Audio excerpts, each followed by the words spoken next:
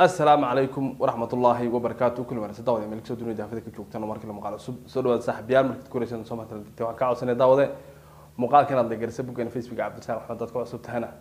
لايك يشير يكومنتين تبعنا دوا عاوزه يدد ما سند صاحبيال مركت تلاقي ما دوم تصور دمته والسلام يا كان قادم أيو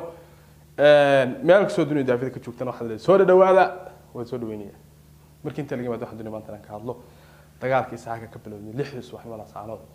إلا وقت حاضر كان أصدق قرن وين وسعوني قساره ساء يسمى لأنه فائدة بدن شيء يسوق الحوجة كسور شيء يسمى لأن سي أو يجونا شيئين يجونا مكان صحيح فائدة بدن ما ينتقال في حبنا كوقب صدين يسيدوا كلا ورك قار شيئين عبد المدبق عن طلب كل حاجة كتيرة أيان صاحب يالدوني أنت عصو أهلنا أيان دوني إن صاحب يال عن لو داعو بمركب جوه رئيسه يدوكنا سود وهذا مقارنة لكرية يوتيوب كنا سبسكرايب دعكسية بوجن فيسبوك عبد السلام محمد دكتور عصبتنا شيرتيس يلايكتيس يكومنتيس وحقاق واي marka inta laga yimaado waxaan doonayaa inaan ku horbaro magaran saay in ay magaran saay aan ka hadlo arrinkaas ma saayada dad badan karaasin waxa warka mu laga soo daayay moogta maanta waxa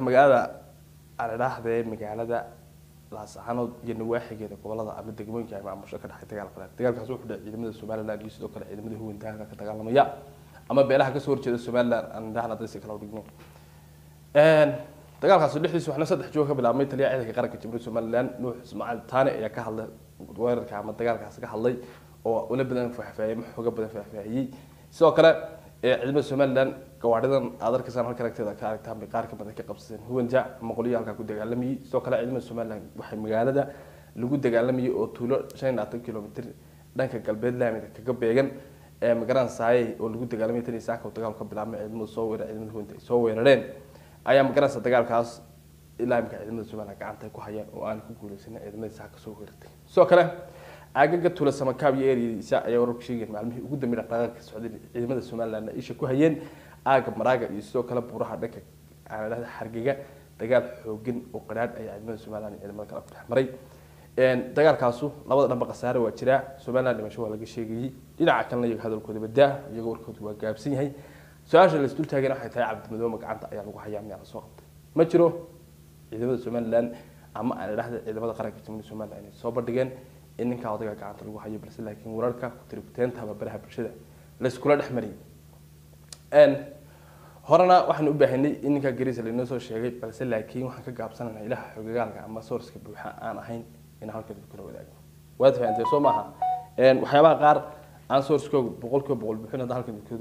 idin kala wadaagnina waxay noqonaysaa inaan magaranaysaay aan waxaas waxba ka jiraan bay noqonaysaa marka dagaalkaas maanta soo dhacay ciidamada Soomaaliland meelihii ama agaga lagu soo wareey laakiin waqti xaalka uu joogo wax laga saaray ma jiro way jireen gawaadhi ciidamada laga qabsay san hore ku soo bandhigay dagaalku saas maanta u dhacay wixii xogay arrinay adigu wanaad hayso commentiga ayaad nagula wadaagi kartaa waliba aaga sida aad kala sugu leeyahay wax aaga magaranaysaay uu ka dagaalamay Cabdimadoobe oo kooxaha al-shabaab ka tirsan si hore loo sheegay amarka kixisada Soomaaliland hore u sheegtay hore liiska loogu daray hore Soomaaliland uga dagaalamay gobolka Buuhoodle ama ahda magaalada Buuhoodle iyo deegaanada Soomaaliland kula dagaalami jiray hore u taqaaneen maanta la idinka sheekayn maayo warkaas oo kooban oo kombo ku jira Soomaaliland jirta inta weeyaan soo kale waxaan dul istaagay ama dul marayaa in magaalada Garowe xarunta maamulka gobolka Puntland oo qalalaasaha ka wada gobolka Sool xaalada dagaal oo soo dhaxmaray ciidamada taabacsan ciidamada aan la haday kooxaha mucaaradka ah iyo sidoo kale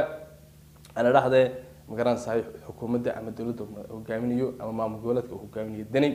in magaran dagaal u dhaxmaray dagaalkaas oo xaalada bilaabmay saacado badan soconay dhimashadiisa iyo qasaarihiisa inta la qariyay oo aan la sheegin ciidamada ka baxay magaalada Laascaanood oo kula dagaalamay ciidamada Soomaaliland ayaa u baxay magaalada Garowe ee xarunta maamulka gobolka Puntland ku saabsan dagaalka oo ku dhaxmaray afaafka hore ee airport-ka magaalada Garowe tan iyo ilaa maanta ma jiro wax diyaarada ama socod ka soo degay magaalada Garowe ee xarunta maamulka gobolka Puntland ama ciidamada qaska ka wada gudaha magaalada Laascaanood ciidamada Soomaaliland qaar kamid ah oo joogida galbeedka ayaa magaalada aaga maraaga ayaa la hadlay oo ay sheegay dagaalkaas saaka inuu qabsaday soo kala hadan dib ugu soo noqon dagaalka ka dhacay magaalada Laascaanood guulo badan ay tabanayaan kooxahii soo weeraray halkood in waxaan wadaagsonahay in hore u sheegan 18 May 17 May 16 May inta u dhaxaysay in qalalaas ama dhibaato badan geysan doonaan si aan Soomaaliland looga dabaaldegin 18 May oo ku beegan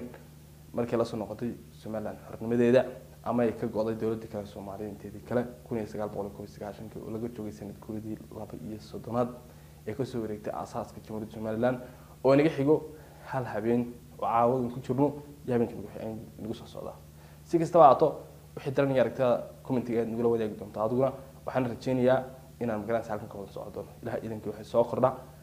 haddii marka qaar soo la geeriyo inaan soo gudbiyo muuqaal anoo state ka meel ku jiro ogtihiin inaan shaqeynayo qaranka Soomaaliya oo shaqeynayo inaan xataa barnaamijyada soo gudbin xataa codka ka dhigto doonaytiin si fiican soo haleeliyo aad baad maasid saaxiibayaal mar saddexaad way soo dhaweynaya waxaan leeyahay YouTube ka rukumo subscribe saar bogana Facebook Cabdirasaaq Maxamed Kusoobiir hadda hore noo joogtaan hadda maasanta bye bye insha Allah